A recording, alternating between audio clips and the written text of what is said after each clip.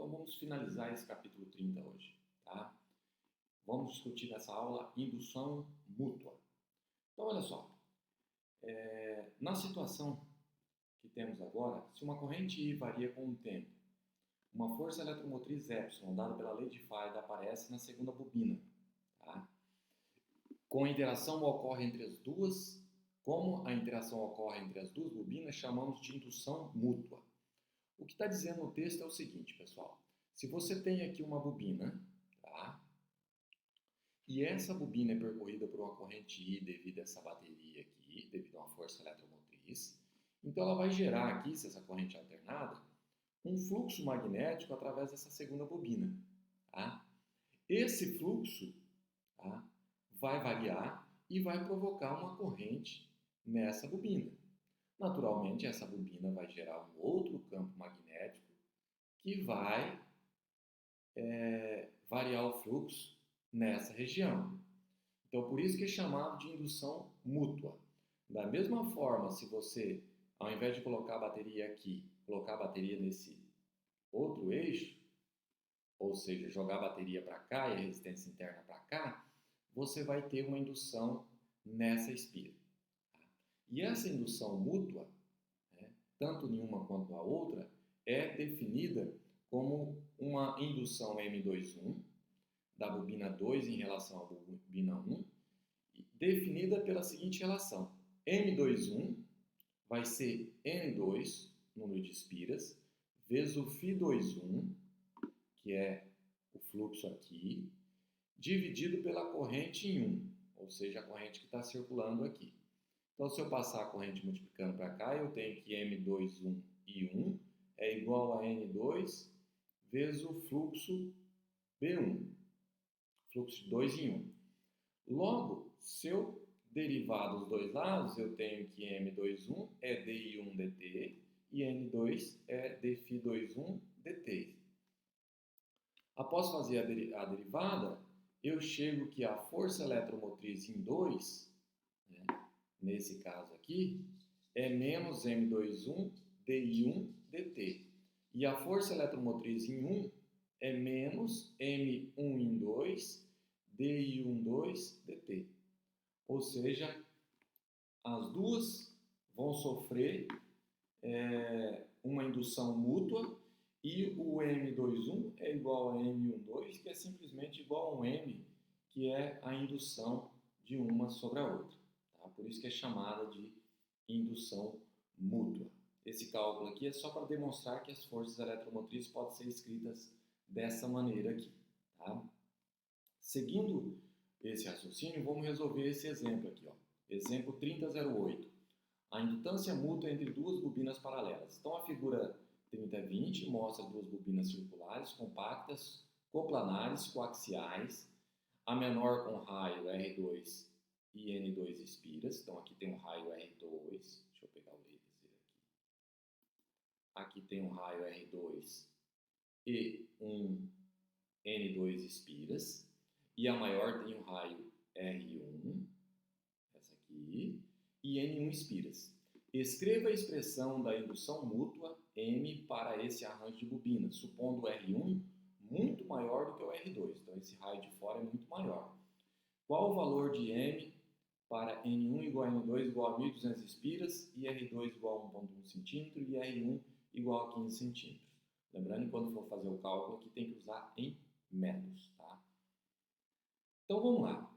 Como é que a gente vai partir? Vamos partir que tanto o módulo como a direção do campo magnético produzido pela bobina menor aqui, ó, variam de ponto para ponto nessa região aqui. O interior dele aqui é constante, mas nessa região aqui ele vai gerar um campo variável. Assim, o fluxo magnético que atravessa essa bobina maior é muito difícil de calcular.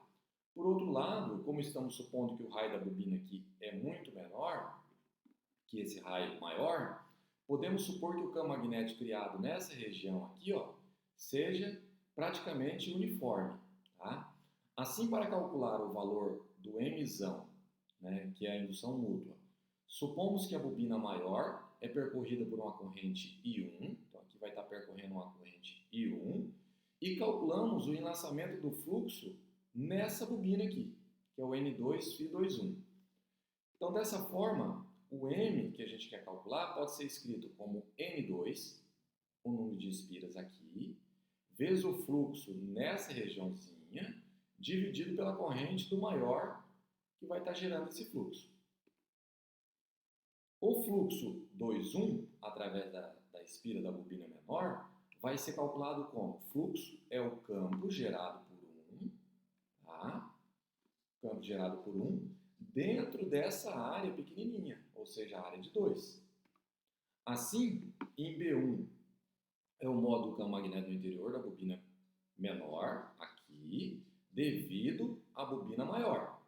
De área 2, a área 2 vai ser a areazinha, só que desse pedacinho, πr2 ao quadrado.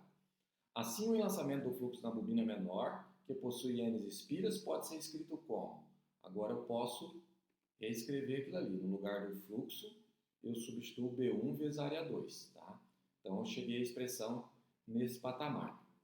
Agora, o que eu sei? Para determinar o campo B1 no interior da bobina menor, usamos daí uma equação que a gente viu lá no capítulo passado. No finalzinho do capítulo, a gente demonstrou essa equação aqui, ó, B de Z por uma bobina, M0I R² dividido por 2R² mais Z² elevado a 3 meios. Isso qualquer ponto do eixo Z de uma espira. A gente fez esse cálculo. Porém, nesse caso, a gente quer no centro. No centro é onde Z é igual a 0. Então, se eu pego esse cara aqui e coloco 0, ó, esse cara zerando, deixa eu pegar a caneta aqui. Ó, vamos pegar a caneta. Esse cara aqui vai ser 0. Aí eu vou ter que esse 2 aqui vai simplificar com esse 2. E você vai ter um R ao cubo aqui embaixo. Vai ficar assim, ó. 2R ao cubo aqui embaixo. E aqui em cima vai ficar μ0i, 1R². Então, esse R², quando corta 2 desses aqui, sobra um R embaixo.